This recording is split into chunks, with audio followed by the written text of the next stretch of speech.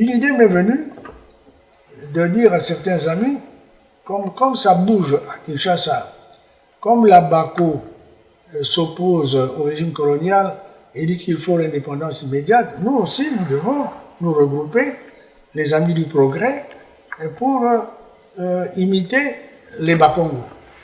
À cette époque-là, on n'avait pas de parti politique. On n'avait pas encore autorisé les partis politiques. On était vers quelle année, là? En 56. Nous étions très jeunes. Et la colonie avait pris certains notables pour qu'ils aient suffisamment d'influence sur les populations. Et à Coquilhaville, il y avait l'assistant médical Bolia Paul. Paul Bolia. Oui, désigné au bureau du gouverneur comme attaché. Lumumba a créé son mouvement national congolais, Lumumba. Et Kalonji a créé son mouvement national congolais, Kalonji. Mais Kalonji n'a pas voyagé, comme Kasavubu aussi n'a pas voyagé. C'est Lumumba qui a voyagé. Dans le pays? Dans le pays, à travers le pays, pour répandre son idée de l'indépendance immédiate, qu'il a pris ça de la BACO. Et alors, c'est comme ça qu'il nous a trouvés en 1958. En 58, oui. Mais avant son arrivée, il y avait le groupe de travail envoyé à travers le pays par le gouverneur Pétillon. Le ministre des colonies Pétillon. Oui, le ministre des colonies Pétillon. Voilà. Et c'est comme ça que nous avions vu à Coquilhaville Rekmans, qui était alors représenté à l'ONU.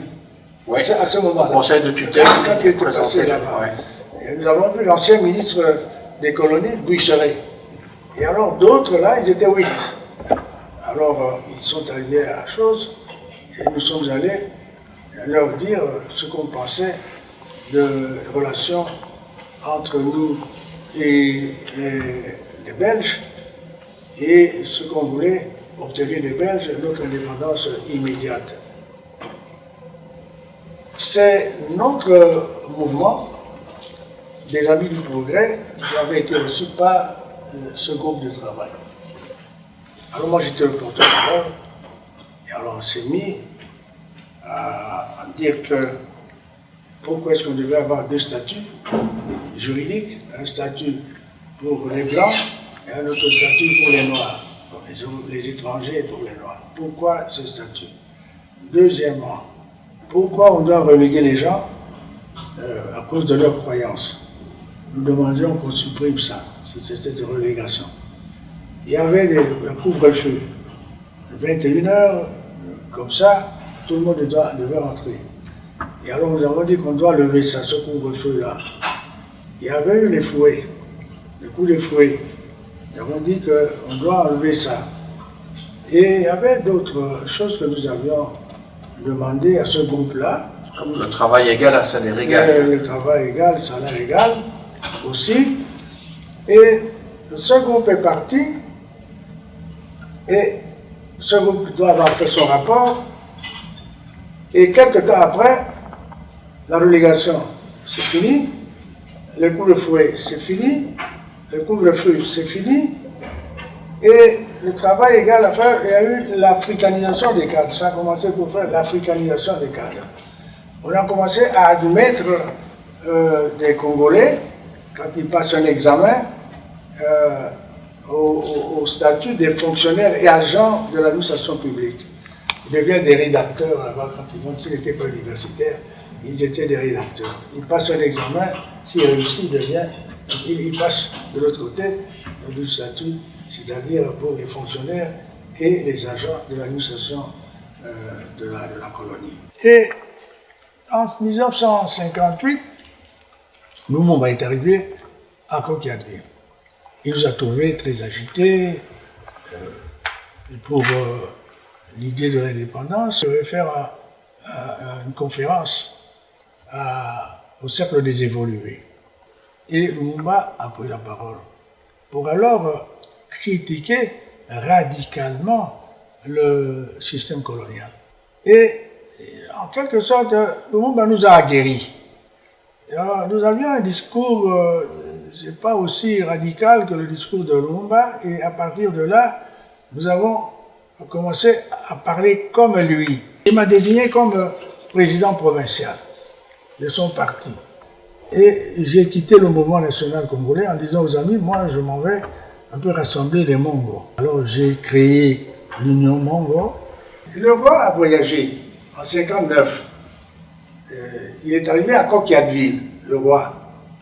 Et nous sommes allés voir le roi, la même délégation que pour le groupe de travail, avec Louis Serret, Rekmas. Et le roi nous avait reçus. Nous étions 4. Et 3 amis à moi, 2 amis à moi, et un vieux à nous, qui nous suivait toujours. Il aimait nous suivre toujours. Parce que les vieux étaient, il avait un peu peur des Blancs, ils ne voulaient pas. Mais le seul là qui avait accepté de nous accompagner, nous étions comme des fous comme ça. Alors, on n'avait peur de rien du tout. Et le roi nous avait reçus.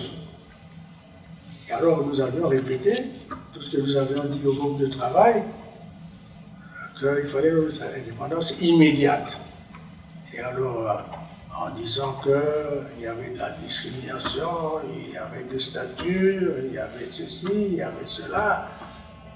Mais le roi nous avait écouté, nous avions parlé, moi j'étais le porte-parole.